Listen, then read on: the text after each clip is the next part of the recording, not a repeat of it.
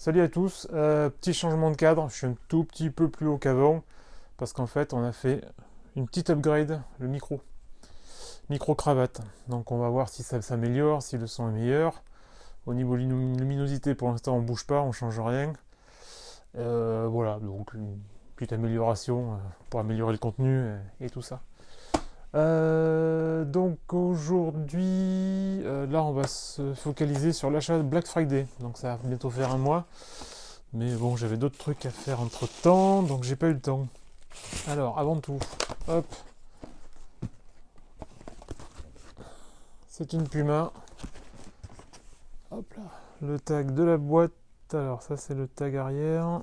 Hop, boîte classique Puma. Bon, alors chez Kiggs, alors elle est arrivée un petit peu, voilà, un petit peu bousillée, mais c'est pas grave. Et comme c'est marqué ci-dessous, c'est une Clyde Hardwood. Alors aussi la pointure, un petit peu particulier. J'ai demandé un 41 et donc c'est un 8,5 US.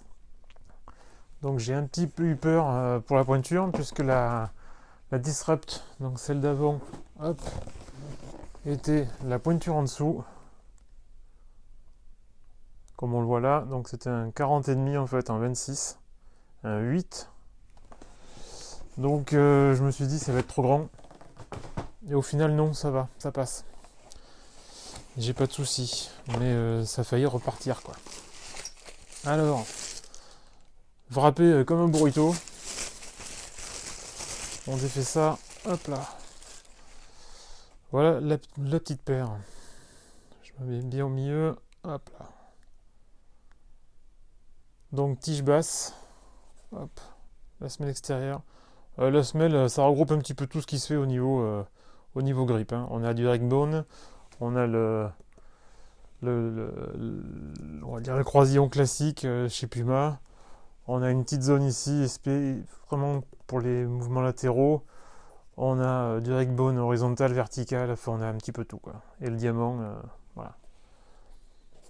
Donc normalement ça devrait tenir pas mal. Hop, de l'autre côté, intérieur. Donc là oui, aussi, petit changement, on est en Pro Foam. Et c'est pas du tout le même système que sur la Disrupt. Hop, un petit zoom sur la face avant, je vais me mettre comme ça sera mieux. Voilà. Donc moitié textile, enfin une espèce de flyknit, mais c'est... Ouais. Bande de renfort et cuir synthétique. Donc jolie petite paire. Tout le détail au niveau de la semelle est quand même impressionnant quoi. Apparemment les reviews donnent que ce soit au niveau de l'amorti ou au niveau du maintien du grip, quelque chose de très bon pour une chaussure basse et pour du Puma qui est revenu au basket depuis allez, un an et demi, pas plus. Alors, pourquoi Black Friday? Parce qu'elle était chez Kiggs à 84 €. Frais de port gratuits. Voilà, alors que je la surveillais depuis quelques jours chez BSTN. Et pour avoir les frais de port, elle était sensiblement au même prix, je crois qu'elle était à 89 ou un truc comme ça au lieu de 120. Mais le problème chez BSTN, pour avoir les frais de port gratuits, il faut arriver à 140 €. Voilà. Donc ça s'est bien présenté chez Kiggs, qu'elle soit pas trop chère. Donc j'ai pu la coper là-bas. Je suis arrivé en 2 jours, super classique. Petit détail aussi au talon. Hop, je me mets comme il faut. On voit donc le Puma et la petite signature Clyde. Je sais pas si on va arriver à la voir. Si, nickel. Donc ça c'est cool aussi. Rien de spécial sur la languette intérieure, ni au niveau de l'insole. Il n'y a rien de spécial, c'est Puma Basketball. Voilà, tout ce qui est de plus standard. Donc une paire vraiment, vraiment sympa.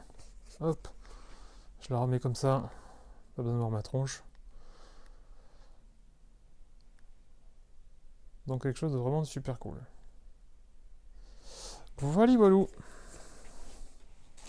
Et à très vite pour la prochaine vidéo, puisqu'en fait là j'en fais 2-3 là d'affilée. Là. A plus, ciao ciao.